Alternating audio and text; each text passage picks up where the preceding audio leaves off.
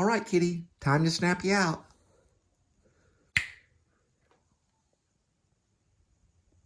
All right, kitty, you get all cuddly in here, okay? You have a good day, right? Make sure you're all warm and snuggly. A good kitty.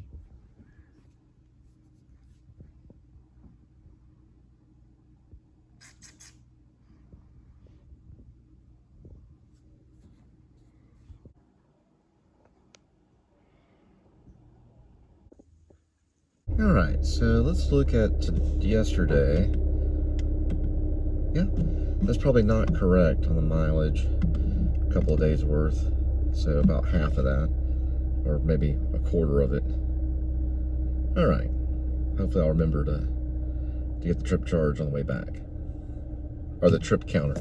I call it the trip charge, but it's actually whatever that is, the trip counter.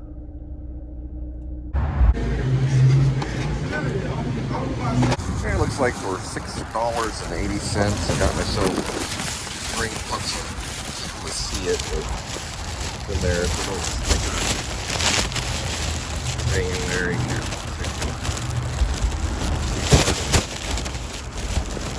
I kind of can see it in a second.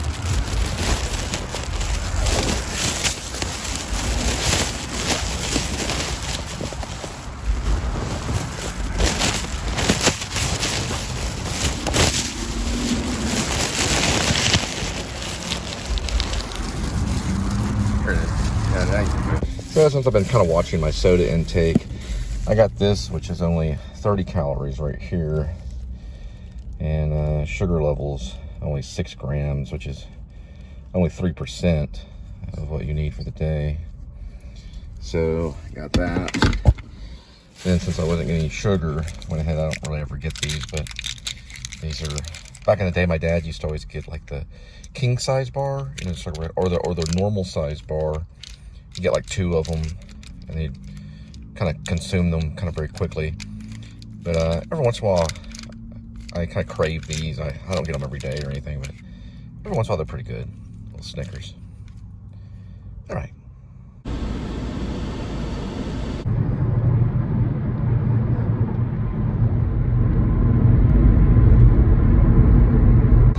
All right, so nothing on screenplays today, but I did watch some information on, I guess, the filming style of Akira Kurosawa, the guy that did Ran, which is like an adaptation of King Lear, or they say it is, a loose adaptation of a Shakespeare King Lear, which is Akira Kurosawa, and I don't know if this really would fit into the screenplay writing, but it might. They talked about how he did everything on a diagonal, so it's kind of like, kind of doing a Dutch angle to kind of show you, but he didn't do like exactly Dutch angles, but he did do things on a diagonal.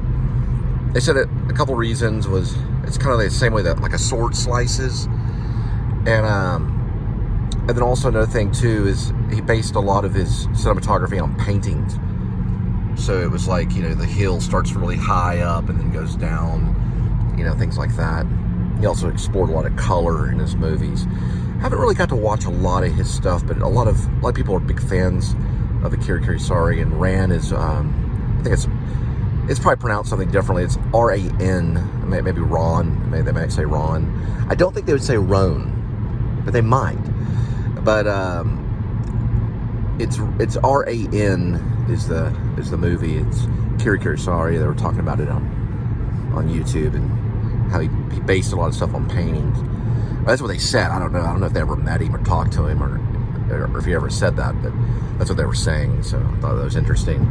That maybe if you're a screenplay writer, you could like maybe look at paintings, maybe think about that, you know, when you're writing down a story, or getting a story idea. Sometimes can come from paintings. All right. And they do have an exhibit going on right now at the Kimball, I believe, called Look Again. I guess maybe what they were probably trying to say is Ran is in color, Akira Kurosawa, and I guess he was trying to make paintings, I guess, in a way, with the film.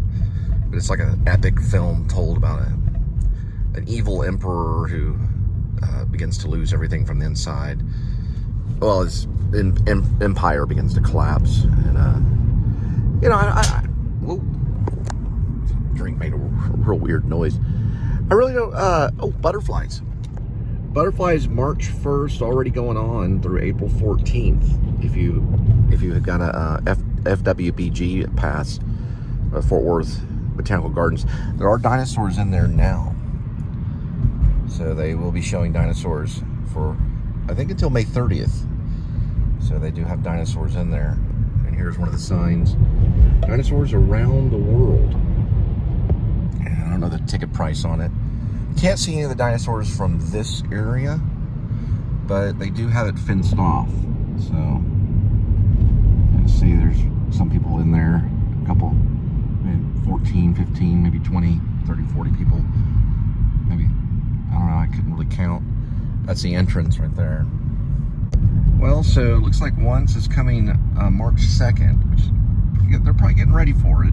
They probably have striked the other set. Now they're going to do Mary Poppins April 20th. So mid-April, or I guess, you know, April 20th will be Mary Poppins Junior, which is probably going to be a kid show kind of thing. So they do a lot of kid show stuff where the kids come in the afternoon during school time, you know. They bring in pretty much a full house. But Once is coming pretty soon. We're going to maybe try to look at a matinee. I don't know. We'll have to see.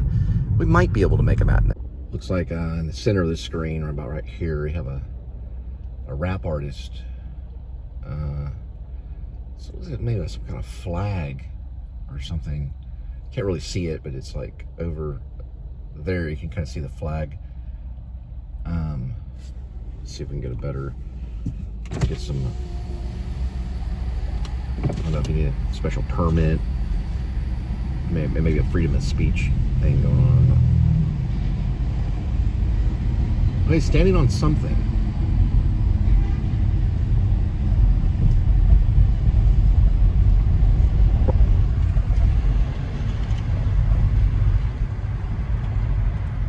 Couldn't really hear it.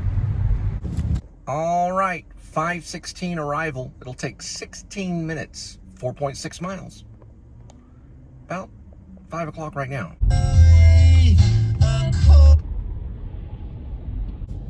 Man, looks like that. I don't know if he's an artist or a protester, probably maybe both.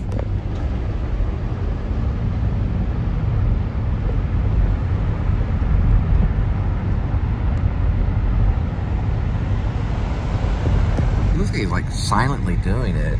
I couldn't really hear really anything at all. It looked like he's like maybe lip singing something. I couldn't tell. No microphone. Well, there's a microphone, but no amplifier. I guess you would call it a speaker or amplifier. Didn't really hear anything.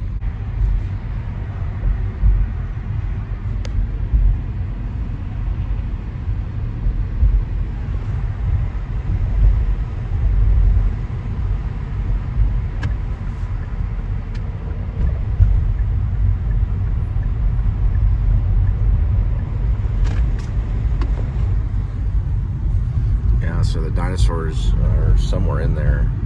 I don't know how many, but it's like I don't know really. I haven't seen anything online about it. I have to look it up. Something dinosaurs around the world. I guess there's maybe a section of it.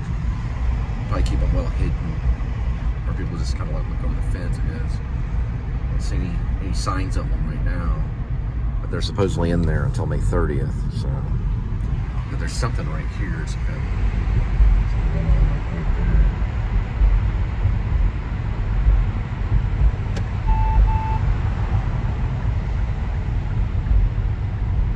Drop-off point or something. I got thrown some Radiohead, Everything in Its Right Place. I listened to that for a little while. And try to avoid some of this traffic. Usually we don't get them this early. But I did this one time. So that's actually the new stadium, the TCD stadium. I've never been over there. And it's not on the original campus. And I'm looking at it from Hewlin, from the road, the bridge that passes over the railroad depot.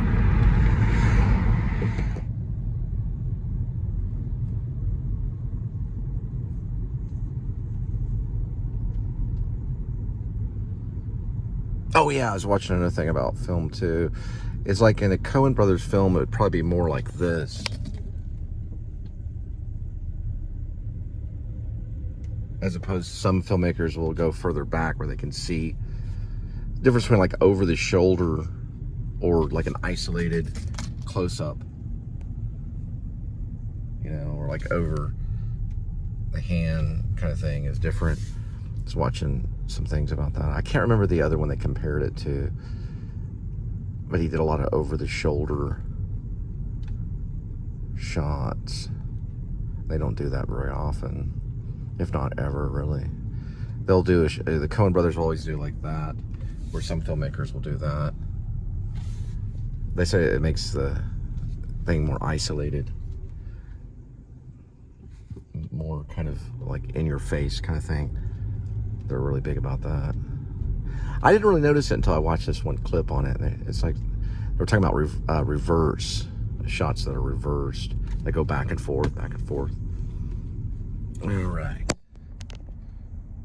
Let's see here.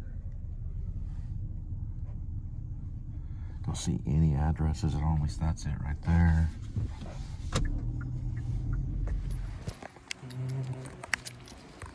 So it just dawned on me all at once. I had an idea for another film. It's about this like huge restaurant in a really big city. Really any city, you know, like maybe a made up city. So it's not like a real city, but it's like it's kind of like Los Angeles or Dallas or something like that. Maybe a little bit like Chicago, you know, just kind of a city, you know, just some weird name for a city. So it's set kind of like in the future. And it's a huge restaurant, but secretly it's a hitman service.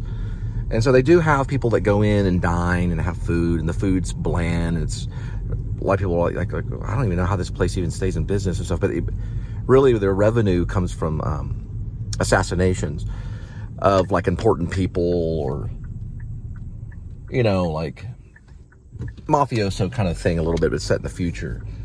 And the business has been going on for like a very long time, like hundreds of years, like or like 100 years. No one's known about it. It's been underground. And they hire people, you know, so they interview people and stuff, and they I guess they get it from like an underground service. So they hire this one guy who's like kind of real clumsy, and they run it like a business, but he's kind of like, he's not really slow, he's just kind of neurotic a little bit. And so he gets a few hits a day, you know, and you know, they get quite a bit of money, but he makes mistakes and like kills the wrong people and stuff and has to report it. And so there's like a scene where the guy's you know, kind of like talking to him, calls him in and stuff, talks to him, and says, you know, well, I'll give you a few more chances, you know, but if you keep killing innocent people, you know, that kind of thing. You know, because he's like, he just gets the wrong address, or he doesn't get the picture right, you know, and there's different ways they kill the people, you know. Sometimes they use, you know,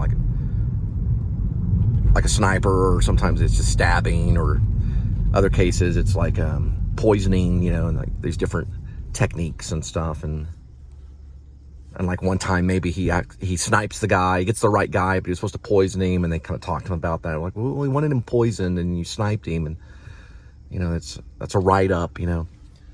And you know, and they're like, we'll give you one more shot, you know. So it's kind of like in the middle of the movie. Like it starts off kind of montage of him hitting all these wrong people, you know, like on accident. You think they're maybe the right people, but you found out they're like 3 or 4 wrong assassinations, and gets the wrong people, and so he's basically killing people that are just basically like innocent. And so it starts kind of like there. And so they're like, you know, you get one more shot, you know, one more shot. If you mess this one up, then we're letting you go. And you don't necessarily get terminated, you know, you get like killed, you know, that kind of thing. Or, you know, if you do leave the agency, then you have to go into hiding kind of thing, or witness protection kind of thing, or something. It could be a sequel to, you know, kind of like a comedy, you know, it's a comedy about a hitman, you know, that kind of thing.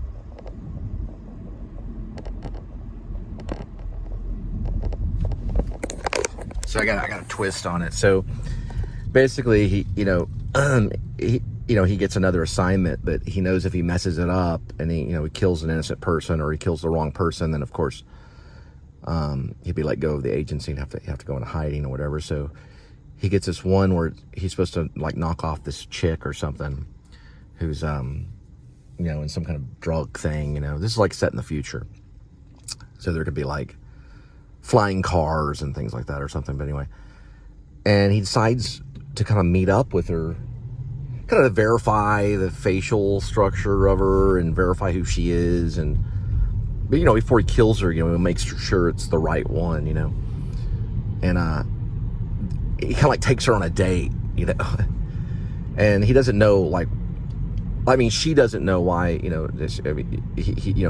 kind of like talks her into going on a date, and she doesn't know that, that he's actually to kill her, and then, during that date and stuff, he kind of falls for her and stuff, and then the next thing you know, he basically ends up telling her, that he was assigned to kill her, and so then they run off together to escape the agency, that kind of thing. So the first part of it's like a very high action, a lot of, assassinations, kind of like Hitman or something, if you've seen the video game, or something similar to that, and then eventually it turns into like Logan's Run kind of thing, but it's also kind of a comedy too, not like Sleeper, not like Woody Allen's Sleeper, but a little bit like that, a little serious too at times too. It's like starts off kind of funny and then it gets kind of serious, so it has like a plot twist, kind of thing. 553, 9 minutes, 2.7 miles. So Beck did a version of Everybody's Gotta Learn Sometime, or Everybody's Gotta Love Sometime, I think, or something like that. That would be like a really cool song to use too. And the Futuristic Assassin Love Story, which would be a cool title, Futuristic Assassin Love Story. And then, of course, I was also thinking about using some Unknown Pleasure music too. Joy Division has one song that has like laser sounds in it called Insight. And then they've got a few other real good ones on Unknown Pleasure, as well as the EP Ideal for Living. But yeah, Beck's Everybody's Got to Learn Sometime or something like that. I think that's the actual title. It sounds like a really good one. I don't know if Everybody's Got to Learn Sometime is a original by Beck or is it a cover, but it sounds familiar. It could be original or not, but I really like that one. It's a really, really good one. Beck's music is very cinematic at times. It's kind of a cinematic thing. You see the city skyline right here. This one right here.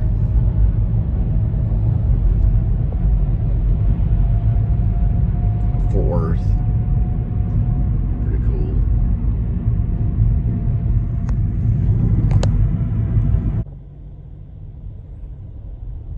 I could be wrong, but I think Everybody's Got to Learn Sometime is in Magnolia, P.T. Anderson film. I could be wrong about that. It just sounds familiar. We're gonna look at that Trinity.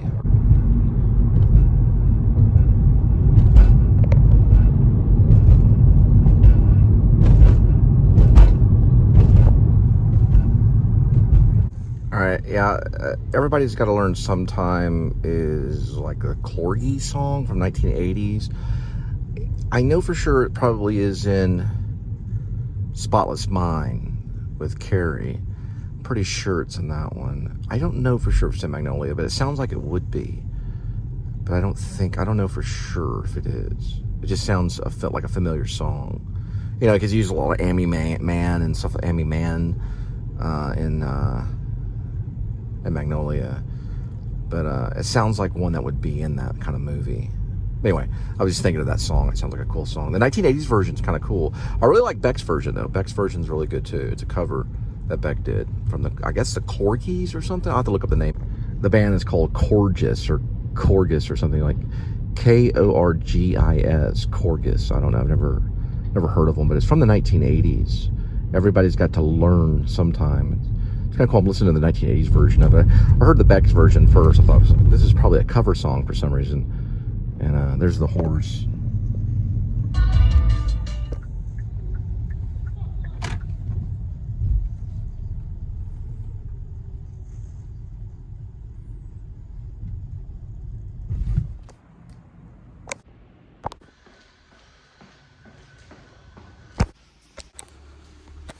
Yeah, for some reason, I don't know why I thought that song was in Magnolia, but it was actually the song I was thinking of was One is the song that I was thinking of. One is the loneliest number that you'll ever do. Yeah, I don't know why, but it's actually in the other song. Everybody's got to learn sometime is, I think it's in Spotless Mind, but I'd have to double check. But I think I saw that it was in that. Yeah, so One has lyrics like "No is the saddest word you'll ever know." Just kind of clever, as you call it, play on words or something like that. One is the loneliest number that you ever do. You know, it's kind of a weird. So like, yeah, it kind of makes sense that it's in Magnolia. All the characters are kind of isolated. You know, there's connections, but they're kind of. It's kind of how it is in Los Angeles. Everyone's kind of. There's a lot of people. A lot of people should know each other, but everyone just kind of keeps independent. Relatively, they're all after kind of the same thing, which is, I guess, fame and fortune or something, or whatever. I don't know exactly what they're after in Los Angeles, but there's a lot of traffic there, and people kind of get. It's like in New York City, they kind of get like lonely. You know, it's all big cities. I guess the smaller the city, the more people kind of know each other, and then there's not as much community in larger cities. You kind of lose contact with, I guess, community. Magnolia is about a lot of different things. It's loosely based on the movie Network, if people don't really understand that. But P.T. Anderson had most of the cast watch the movie Network, which is kind of what he was going for in a way. That's an interesting building right there. I guess he was going for something like that in a way. I didn't really see the connection that much, but I guess Magnolia is... I liked it. But I didn't believe that frogs could fall from the sky, and one of my friends had read some Egmar Bergman diaries or something, where he talked about it, or something like that, where it actually does happen. I don't know, on that level, on that grand level, and the size of the frogs were quite big. You know, they're like bullfrogs, you know. But supposedly it happens. So, anyway, it's an interesting movie. Tom Cruise has a kind of a breakout performance, and that kind of a comeback performance in it. Philip Seymour Hoffman's in it. He's got like plays like a male nurse. It's kind of an interesting character. And I can't think of the old man though. He's passed away now, but he's a really well-known actor. For some reason, I can't think of his name.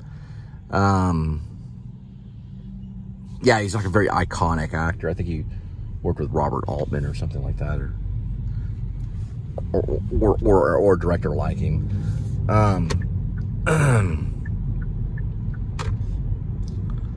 Trying to think who else was in it. There's a bunch of people. Oh yeah. John C. Reilly plays as a cop, and he has this. There's a kind of like talking to himself kind of thing. Which I kind of believe that moment. I mean, maybe a filmmaker might have been doing it. I don't know if it's actually a cop does it, but a filmmaker might sit around and talk to himself like that. But maybe a cop does. I don't know. You don't really ever know. I like the opening's real weird. It's like the guy's trying to kill himself, but he gets shot on the way down from the building. It's kind of a weird. I think it might be P.T. Anderson's one of his greater works. I really enjoyed that one. And Hard Eight, I'm a big fan of Hard Eight. I like Hard Eight with John C. Reilly and that. Another older actor, I can't recall his name. He's a little like the other actor, I can't recall his name. They're a little similar, but one probably smokes more than the other. Or smoked more than the other. I don't know if that other dude's alive either. Probably not. I'd be very surprised if he is. He might be, he could be, you never know. There are miracles. But anyway, yeah, P.T. Anderson's kind of a weird one.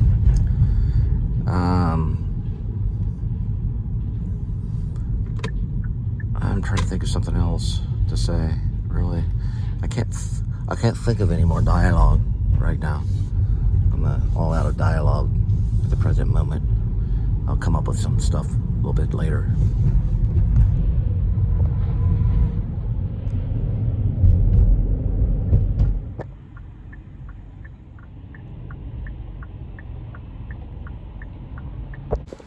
All right, next one, 6:28, 9 minutes, 3.4.